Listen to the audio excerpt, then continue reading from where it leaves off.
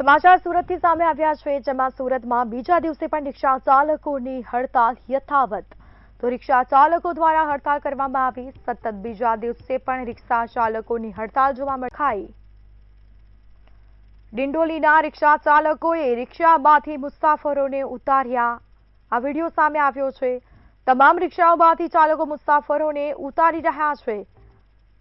TV screen પર આપ જે વિડીયો જોઈ રહ્યા છો, ભાવ વધારાની માંગ સાથે હડતાલ ચાલુ રાખવામાં આવી। રિક્ષા ચાલકોની સતત બીજા દિવસે પણ હડતાલ યથાવત જોવા મળી છે। સીએનજીમાં ભાવ વધારો કરવામાં આવ્યો છે। સુરતમાં બીજા દિવસે પણ રિક્ષા ચાલકોની હડતાલ। આપણી સાથે સંવાદદાતા દીપક રાય સુરતથી લાઈવ જોડાઈ ચૂક્યા છે। જી દીપક, સુરતમાં બીજા દિવસે પણ રિક્ષા ચાલકોની હડતાલ જોવા મળી, શું વિગત?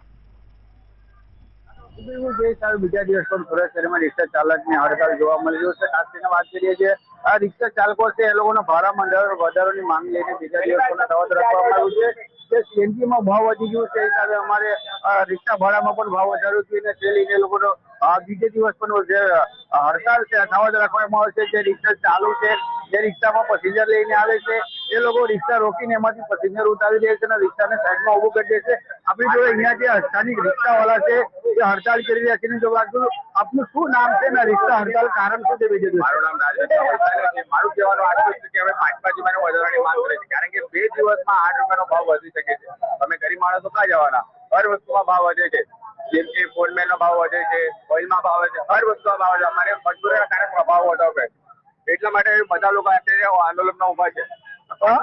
જે લોકો રિક્ષામાં આવે છે અને ઉતારવામાં પણ આવી રહ્યું છે, તેનું કારણ શું? એનું કારણ આવું છે કે અમને લોકોને એમ જણાવવાનું છે કે ભાડું વધારવામાં આવે છે। લોકો એ જૂના ભાડાથી જ જાય છે 10-10 રૂપિયા, અમને ખાલી વધારવાનું છે 5-5 રૂપિયા। 12 વાગ્યા પછી જેમ છે તેમ ચાલતું હતું, 5-5 રૂપિયા વધારીને આપણે ચાલવા દઈશું। ખાલી 5 રૂપિયા આપણે વધારવાની માંગ કરી છે બધા પાસે।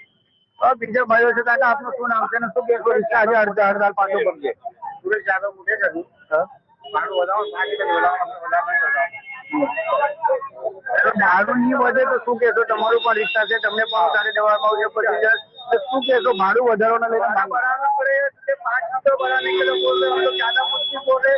जब हमारा सवारी है तो 2 आगे बिठाते, 5 सवारी तो पुलिस वाला हमको पकड़ के 2000-3000 मांगता है। वो जेल में डाल के हमारे से 2000-2500 जामीन का ले लेता है और कागज पत्र कंप्लीट रहने के बाद भी लेते हैं। 3 रस्ते पे लिया गया है मेरे भाई से, इसके लिए भाव बढ़ाना चाहिए। उसका सब कंप्लीट था, ये भाई का भी लिया है, इसका सब डॉक्यूमेंट कंप्लीट था, इससे 1500 रुपया लिया। पूछो इसको, बोले આજે હડતાલ કરવાનું કારણ શું છે? આજે બીજા દિવસ પણ હડતાલમાં છે।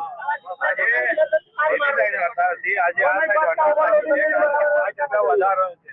દરેક જગ્યા આપણે રોજની જે કઈ વસ્તુ આપણે વાપરીએ બધી વસ્તુઓ એના ઉપર દરેક વસ્તુ પર ભાવ વધ્યું છે, તો અમારે પણ ભાવ વધવું જરૂરી છે, કેમ કે અમને પોહાતું નથી। બીજા દિવસે હડતાલ છે, ભાવ નહીં હોય તો 5 રૂપિયા જે ભાડામાં, તો શું કરશો? વાપસ હડતાલ કરે, કાલે વાપસ હડતાલ કરે। બિલકુલ જે હિસાબે અહીંયા લોકો છે જોઈ શકાય છે કે રિક્ષા આવે છે, રિક્ષામાંથી પેસેન્જર ઉતારીને રિક્ષા ખાલી કરી દેવામાં આવે છે, કેમ કે જે ભાડું છે એ ભાડું ભરવાનું માંગ લઈને એ લોકો હડતાલ પર બીજા દિવસે યથાવત પર છે। જે અહીંયા જોઈ શકાય છે કે રિક્ષા ચાલકો છે એ વિરોધમાં લગાડી રહ્યા છે।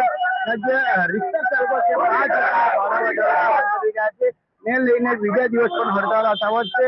ને જે રિક્ષામાં પેસેન્જર આવી રહ્યા છે એમને ઉતારીને સાઈડમાં મૂકીને અને રિક્ષા ખાલી કરી દેવામાં આવી છે। જે રિક્ષા ચાલક છે ચાલુ રાખ્યા છે, હડતાલ સપોર્ટ નથી કરતા, એ જે પેસેન્જર જે લઈ જઈ રહ્યા છે એને સાઈડમાં મૂકી દેવામાં આવી રહ્યું છે ને જે એમાં ભાડા છે, જે પેસેન્જર છે એ પેસેન્જરને ખાલી કરી દેવામાં આવ્યું છે। ખાસ કરીને વાત કરીએ છીએ પેસેન્જરો છે એને જે લોકો છે કામ ધંધે જવાવાળા લોકો, તો લાગે છે સંપર્ક અપાયો।